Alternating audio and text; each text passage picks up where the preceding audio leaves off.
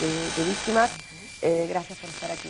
Les quería preguntar la cuestión más técnica, que de pronto, como ustedes recién me indicaban, se levantó hace pocas horas el secreto de sumario, por lo cual nos falta conocer mucho, nos va a faltar conocer mucho. Probablemente el jueves esté a tiempo el total de las pericias, o si no el fin de semana. Pero, ¿qué pueden rescatar ustedes? Mira, lo primero que nos preocupa a nosotros, y lo hemos charlado muchísimo con las familias a las que estamos patrocinando, es esta manipulación de información que se dio, sobre todo en el lapso de la semana pasada, donde si vos comparás, y yo invito a los televidentes a que hagan el ejercicio, los titulares de los diarios del fin de semana sobre el tema sí, yo tengo acá, estoy totalmente mareada. Y los titulares del miércoles de la semana siguiente son absolutamente contradictorios.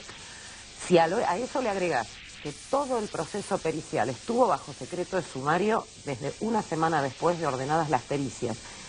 Yo recibí en mi estudio 15 minutos antes de salir para acá la cédula indicando que se levantaba el secreto de sumario.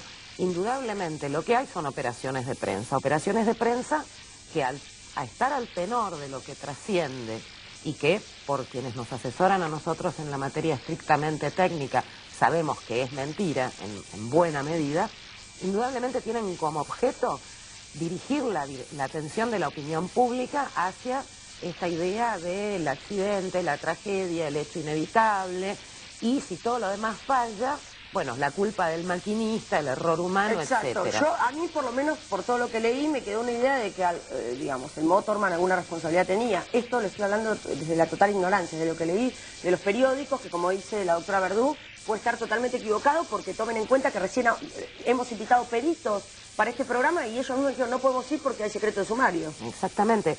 Sobre el tema del maquinista, nosotros hasta ahora nos hemos abstenido de imputarlo, porque en rigor de verdad no tenemos elementos técnicos. Claro. Quizá después de leer las pericias los tengamos. Pero hoy lo que sabemos es que el hombre llegó aferrado a los controles a sufrir el impacto contra la terminal. Si estuviésemos hablando de una persona que 50 metros antes del impacto se tiró por la ventanilla, entonces allí podríamos estar diciendo, bueno, hubo un abandono. Exacto. Pero lo que sabemos es que hubo que usar una abrelatas para sacarlo de adentro de la cabina. Absolutamente. Entonces, en principio, y no vamos a ser nosotros además los que dirijamos a lo más débil de ese eslabón, que es el trabajador. Que es la famosa falla humana, que en la tragedia del APA también se intentó desligarla y afortunadamente... Cuando además acá hay elementos mucho más allá de las pericias, absolutamente contundentes, para responsabilizar a los dos grupos de personas que están citados a indagatoria a partir del 7 de mayo. Por un lado TVA. Los directivos de TVA y los funcionarios del gobierno nacional. También fue citado, que me llamó la atención, gente de la CNRT. Que pertenece en la estructura ministerial al Ministerio de Planificación. De hecho, nosotros a Cícaro lo habíamos imputado también. Está entre los imputados iniciales cuando nos presentamos. Bien. Doctor Bonical, se habla de los últimos segundos sin control. Eso también, no sé de dónde trascendió. Sí. Nosotros, en principio, digamos, la información que vamos recopilando es a partir de los peritos de parte que van tomando posición dentro de lo que tiene que ver con los informes policiales.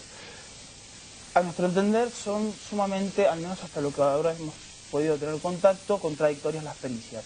Encontramos dos contradicciones básicas en las pericias. En un principio se hace referencia a que el Motorman es absolutamente capaz y estaba apto para poder llevar adelante sus funciones. Ahora, por otro lado, se está haciendo referencia a que uno de los frenos no funcionaba, los otros 3 frenos sí funcionaban, y que con eso hubiese frenado el tren. Digamos que la falla en ese freno no fue determinante para la colisión. Entonces, por un lado estamos diciendo que fue absolutamente prudente y diligente el Motorman, y por otra parte estamos diciendo que los frenos funcionaban, es decir, hay algo que no está cerrando. Sí. Y por otra parte, también las pericias están haciendo referencia a que hay un montón de irregularidades crónicas en lo que tiene que ver con el mantenimiento de los trenes y también de las vías. ¿Qué es lo que yo quiero decir con esto? Y lo voy a traspasar a un ejemplo para tratar de ser gráfico. Supongamos que usted saca un auto de una concesionaria un día de lluvia y advierte en el auto que no le funciona el limpiaparabrisas. Por otra parte ve que no tiene los espejos retrovisores, el volante está muy duro, las llantas lisas y lo que sea. Tarde o temprano usted en un día de lluvia va a terminar chocando. Entonces va a ir a buscar la responsabilidad del concesionario. El concesionario va a decir, no, pero mire que los frenos funcionaban. Bueno, perfecto, pero ¿qué condiciones yo puedo llegar a frenar de forma diligente y prudente si el resto de las condiciones no estaban dadas? Claro. Para que nos demos una idea, lo que tiene que ver, por ejemplo, con los velocímetros, o no existían en los trenes, o si estaban, no funcionaban. El Motorman tenía que frenar a ojo. Entonces, aunque hubiese podido frenar, no estaban dadas las condiciones para que pudiera trabajar de forma diligente y prudente.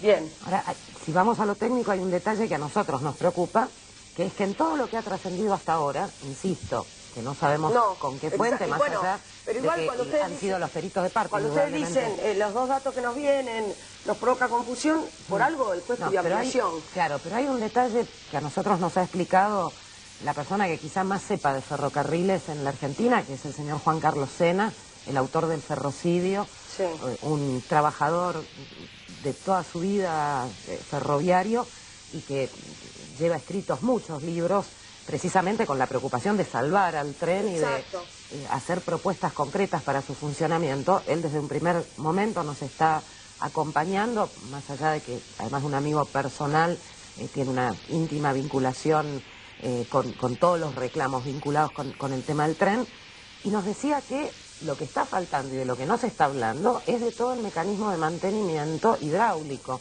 del sistema de frenos, porque uno de los problemas que se dan permanentemente por la forma, que sería bastante compleja y larga de explicar, con estos frenos de aire, es lo que se llama técnicamente el tratamiento del agua. Cuando hace 30 o 40 años él trabajaba en los talleres, veía cómo se inyectaba a presión agua con un líquido desincrustante, como el que limpia las cañerías porque se le amontona sarro, o la pava cuando uno hierve mucha agua dura y se forma sarro. Bueno, si no se desincrusta todo ese sarro y se va a haber expele un mantenimiento a adecuado. presión toda esa agua, entonces por más que aparentemente el mecanismo del freno funcione, no frena. Claro. Y de eso no se está hablando absolutamente nada, que es una de las cuestiones técnicas específicas yo me pregunto, que queremos ver. Digamos, con este acercamiento, digamos, a estas precisiones que vamos a saber seguramente los días próximos, más ahora que se levantó hoy el secreto de sumario en la causa, ¿qué garantía tenemos de que hoy en día los trenes están funcionando? Ninguna. Con los frenos perfectos, y digamos, con cuestiones que son tan sutiles que si no viene un técnico no las vamos a saber. Absolutamente ninguna, y ya han habido hechos posteriores con incendios del chasis de un tren, en varias líneas, incluso la Sarmiento, más allá de que se trate de tapar un poco. Esto de poner los micros, recién escuchaba cuando hablabas con los papás de Lucas, no solamente los micros tardan 2 horas y pico en hacer un recorrido que el tren hace en 40 minutos, también son de Cirigliano los micros. Entonces, ¿de qué estamos hablando? Nosotros tenemos puntualmente el caso de Santiago Centurión, uno de los sobrevivientes, un muchacho que sufrió gravísimas lesiones en las costillas, en la pleura, en el pulmón, y que vio morir a su hermano a medio metro suyo, Randulfo Centurión, y él, para venir a atenderse al Hospital Fernández, porque no tiene plata para atenderse en otro lado, tiene que seguir tomando el tren Sarmiento desde Merlo. Claro. Respecto a lo que usted decía, Lorena, sobre las garantías que tenemos, usted fíjese que en un primer momento, ¿quién era el que tenía la obligación, no solo la potestad, sino la obligación de llevar adelante el contralor para asegurar que la empresa prestataria del servicio esté ejerciendo el contrato de concesión de forma diligente, esté cumpliendo con el cronograma de inversiones? El Estado. ¿Quién tiene la intervención? Obvio debe haber Estado, y estamos en la misma. Si no realizó, no se le pedía ni siquiera que tuviera una posición demasiado activa, sino que ejerciera el contralor, y no lo hizo. Estaba justamente pensando esto cuando estaba con los papás de Lucas, que cuando el Estado declara la intervención dice hasta las pericias. Sí, pero además no podemos soslayar. Que le habían dado un plazo, ¿recuerdan ustedes? Que Estado y empresarios son socios, hacen negocios juntos.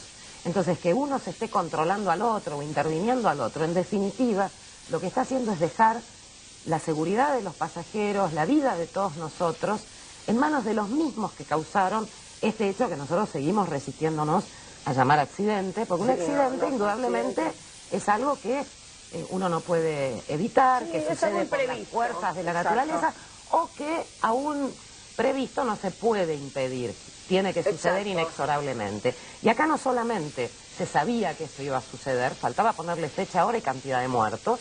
De hecho, sucedió un montón de veces antes con menos víctimas, sino que además estaban a disposición, tanto de TVA como del Estado Nacional, los medios para evitar que sucediese. Y deliberadamente prefirieron dejar que pasara. Doctor Monicalzi, los familiares que ustedes representan han ido a la reunión con la presidenta, porque bueno, algunos están como... Ninguno ha ido a la reunión con la presidenta. En principio no han recibido tampoco la invitación. Por lo menos de los familiares que nosotros... Claro. ¿Y en su caso, doctora? Esas son decisiones individuales de cada una de las familias. Sí, en uno de los casos lo que han solicitado del Gobierno Nacional es que por favor se habilitara, en el caso concreto de Santiago Centurión, en lugar de seguir atendiéndose en un hospital de la Ciudad de Buenos Aires, que le manden la historia clínica al hospital de Moreno para poder viajar un poco menos y además poder no hacerlo en tren. Claro. Y en eso coincidimos en una falencia grave del Estado respecto a lo que tuvo que ver con la atención posterior. Eso, bueno, porque nosotros digamos, veíamos como bastante desamparadas. Absolutamente. A los familiares de los muertos y a los sobrevivientes que su vida nunca más va a ser igual, digamos, que por lo menos... Y que ahora a veces estamos cuando no estamos hablando de cuestiones graves de salud, como en el caso de Centurión. Y en eso sí el Estado podría hacer mucho, ¿no? Podría como acompañar... Embarrar con una cuestión burocrática, porque como el accidente ocurrió, le dicen en la Ciudad de Buenos Aires, su atención primaria fue en el Hospital Fernández, se tiene que seguir atendiendo ahí. No. Y el hombre vive en libertad, en el partido de Merlo. Claro. No está pidiendo una clínica privada. Está pidiendo que le traspasen la historia clínica al Hospital de Moreno. Claro. No, y no están pidiendo ningún tipo, en principio, de asistencia económica a las víctimas. No, y que sería su derecho. Porque Por una vez, supuesto. nunca me voy a olvidar un día que vino acá la doctora que me máster de Carlucci, que dijo las demandas civiles, ¿no? De este tipo de siniestros que uno como que le da pudor hablar de Sucede eso, en todos ¿no? los estrados, mismo en la causa Cromañón también sucedió. Absolutamente. Digamos, por única vez, y hay un proyecto hoy en la Cámara de Diputados de la Nación también para tratar de atender de forma económica a las víctimas de la tragedia. Un proyecto que se los voy a pedir, ¿eh? Gracias a ambos por haber estado aquí esta noche en Será Justicia. Nos queda todavía mucho por hablar. Es un pedido humilde desde este pequeño lugar, que no nos olvidemos realmente de los 51 muertos y los 751 víctimas de la tragedia del tren de Once recién hace 2 meses, y todavía falta todo por conocer, ¿eh? En serajusticiadigital.com van a tener más información, no solamente de los querellantes, sino respecto a las pericias. Chao, hasta el próximo martes.